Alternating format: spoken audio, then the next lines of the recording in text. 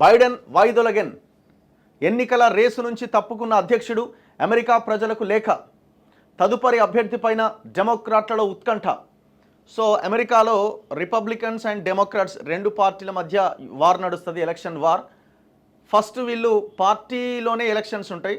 పార్టీలో ఎలక్షన్స్లో గెలిచిన వాళ్ళు అభ్యర్థిగా నిలబడతారు రెండు పార్టీల తరపున. సో ఈ పార్టీ ఎలక్షన్స్లో భాగంగా డెమోక్రాట్స్ ఎలక్షన్స్లో జో బైడెన్ ఆయన అధ్యక్ష రేసులో ఉండే, బట్ ఆయన వయసు రీత్యా రకరకాల కారణాల చేత ఇప్పుడు ఆయన వైదొలిగినట్టుగా ఆయనే ప్రకటించిండు. కమలా హ్యారిస్ వైపే పార్టీ మొగ్గు, ఆమెకే మద్దతు ఇచ్చిన బైడెన్. మరో ఇద్దరు గవర్నర్లు కూడా బరిలోకి. ఆగస్టు 19వ తేదీన నిర్ణయమట. ఈమె కమలా హ్యారిస్. అమెరికా అధ్యక్ష రేసు నుంచి డెమోక్రాట్ అభ్యర్థి ప్రస్తుత అధ్యక్షుడు జో బైడెన్ వైదొలిగారు. ఆయన అభ్యర్థిత్వం పైన ఇటీవల సొంత పార్టీ నుంచే తీవ్ర వ్యతిరేకత రావడంతో పాటుగా ట్రంప్తో జరిగిన చర్చలో ఘోర వైఫల్యం చెందడంతో వైదొలగక తప్పని పరిస్థితి తలెత్తింది. దీంతో పార్టీ దేశ ప్రయోజనాల దృష్ట్యా తాను పోటీ నుంచి వైదొలుగుతున్నట్లుగా ఆదివారం బైడెన్ ప్రకటించారు. ఈ మేరకు పార్టీ కార్యకర్తలకు, దేశ ప్రజలకు లేఖ రాశారు.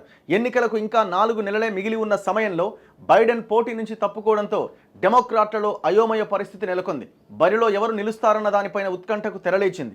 లేఖలో ఉపాధ్యక్షురాలు కమలా హ్యారిస్కు కృతజ్ఞతలు చెప్పిన బైడెన్ ఆమె అభ్యర్థిత్వానికి మద్దతు పలుకుతూ ఆ తర్వాత సామాజిక మాధ్యమాల్లో పోస్టు పెట్టారు. ఈ రోజు నా పూర్తి మద్దతును హ్యారిస్కు ఇస్తున్నా, ఆమె అభ్యర్థిత్వాన్ని ఆమోదిస్తున్నా, డెమోక్రాట్లు ఐక్యంగా ట్రంప్ను ఓడించండి అని ఆయన పేర్కొన్నారు.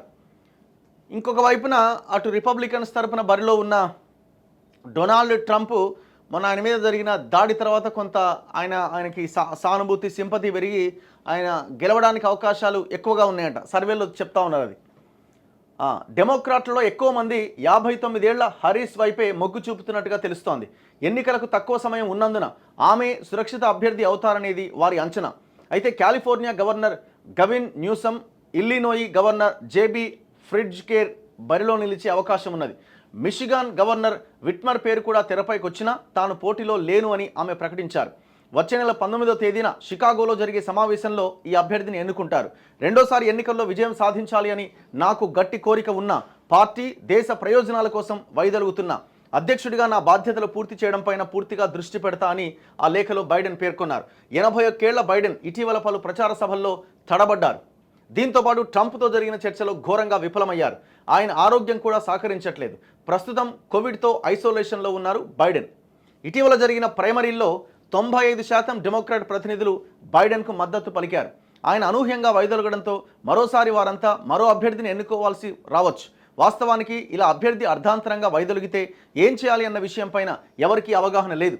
ఇదే తొలిసారి కావడంతో ఏం చేయాలి అన్న దానిపైన రాబోయే కొన్ని రోజుల్లో స్పష్టత వచ్చే అవకాశం ఉన్నది. దేశ చరిత్రలో అత్యంత చెత్త అధ్యక్షుడు బైడెన్ అని ట్రంప్ వ్యాఖ్యానించారు. డెమోక్రాటిక్ నామినీగా బైడెన్ వైదొలిగిన అనంతరం ఆయన స్పందించారు.